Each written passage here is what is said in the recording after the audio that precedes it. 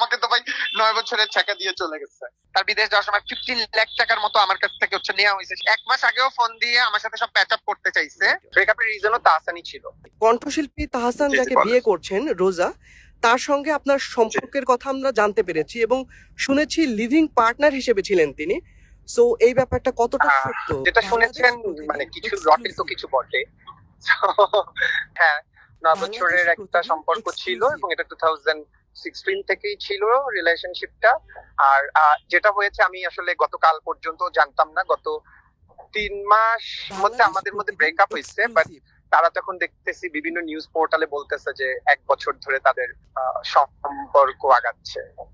So মানে আমি জানি না আসলে এটা সত্য কতটুকু মিথ্যা কতটুকু, বাট আমাদের সাথে 3 মাসে 3.5 মাসের মতো হয়েছে ব্রেকআপ হয়েছে। মানে ব্রেকআপের রিজনও তাহসানই ছিল।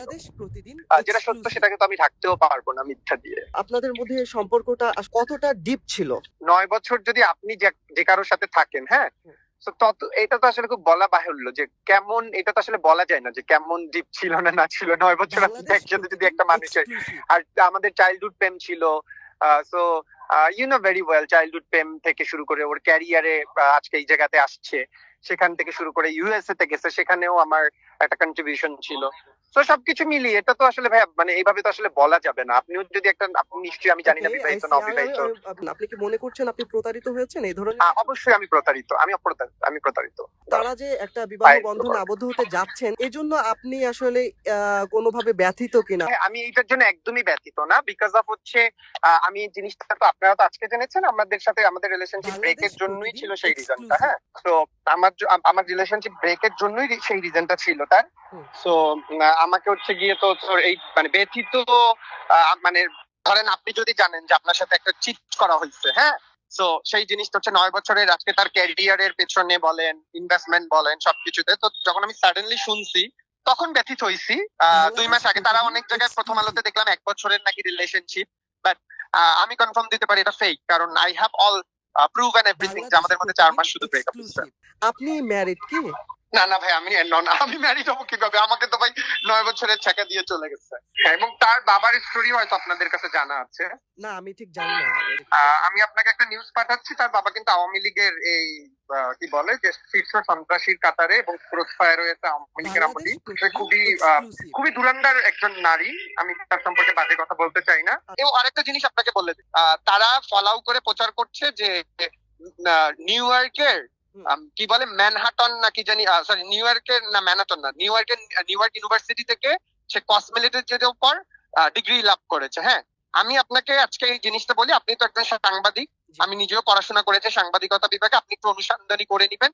নিউ ইয়র্কে ইউনিভার্সিটি একটা আছে কিন্তু এই রিলেটেড কোনো সাবজেক্ট নাই, আর সে কিন্তু ইন্টার পাস মানে এইচএসসি পরীক্ষা দিছে। সো এই বাংলাদেশের এইচএসসি পরীক্ষা দিয়ে ওই জায়গায় ইউনিভার্সিটিতে ভর্তি হওয়া সম্ভব না। হ্যাঁ, সো এই মিথ্যাচারটা কিন্তু করে যাচ্ছে। সো আপনি আমাকে একটু দেখান, আমি ওই ওয়েবসাইট সহ পাঠাইছি, এই সাবজেক্টই তো নাই নিউ ইয়র্ক ইউনিভার্সিটিতে। এরকম কোন সাবজেক্ট থাকে নাকি কসমেটোলজির উপর এই আন্ডারগ্রেড?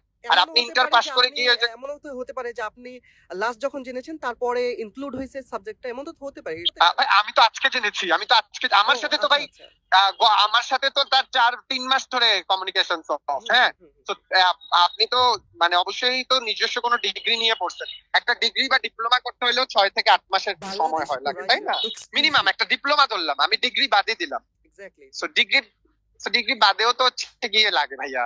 সেটাও আপনারা আনতে পারেন তো, যে এই জিনিসগুলো কেন মিথ্যাচার, মানে আমার কথা হলো যেটা সত্য সেটাকে সত্যতে আনেন, যেটা মিথ্যা সেটাকে মিথ্যাতে আনেন। বলেন না তাহলে আপনারা চান না কেন যে না ঠিক আছে তাহলে যে আপনি ডিপ্লোমাটা করছেন সেটার একটা প্রুফ দেন, ইউনিভার্সিটির সাথে আপনারা কন্ট্যাক্ট করেন।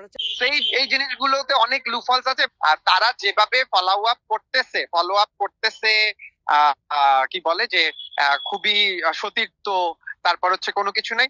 বাট আমি তো জানি যে কি কি হয়েছে, আমার সাথে কি করা হয়েছে। তার বিদেশ যাওয়ার সময় 15 লাখ টাকার মতো আমার কাছ থেকে নেওয়া হয়েছে। সেই টাকাগুলো তো আমি খাইনি, আমি জানি না তারপর ফেরত দেবে কিনা। বাই এনি চান্স আপনি ছাড়া তার কি আর কোনো বয়ফ্রেন্ড ছিল বাংলাদেশ আর বাংলাদেশের বাইরে? এর আগে একটা বয়ফ্রেন্ড ছিল তার। এই মুহূর্তে কি তার কোনো বয়ফ্রেন্ড আছে? না, লাস্ট বয়ফ্রেন্ড আমি, কারণ আমাদের 9 বছরের একটা রিলেশনশিপ ছিল। ইভেন সে কিন্তু আমাকে 1 মাস আগেও ফোন দিয়ে আমার সাথে সব প্যাচ আপ করতে চাইছে এবং বলা হয়েছে যে যদি কোনো এরকম কিছু হয় তুমি জানি কোনো কিছু না করো। আমি কোনো কিছু করবো না, আমি এখন পর্যন্ত কোনো কিছু করছি না। I would like to request please আমার নামটা ইউজ না করার জন্য। ওনার নাম তো রোজা রহমান, রাইট? না, ওর নাম ছিল উম্মে হাবিবা রোজা, এর পরে রোজা আহমেদ করছে।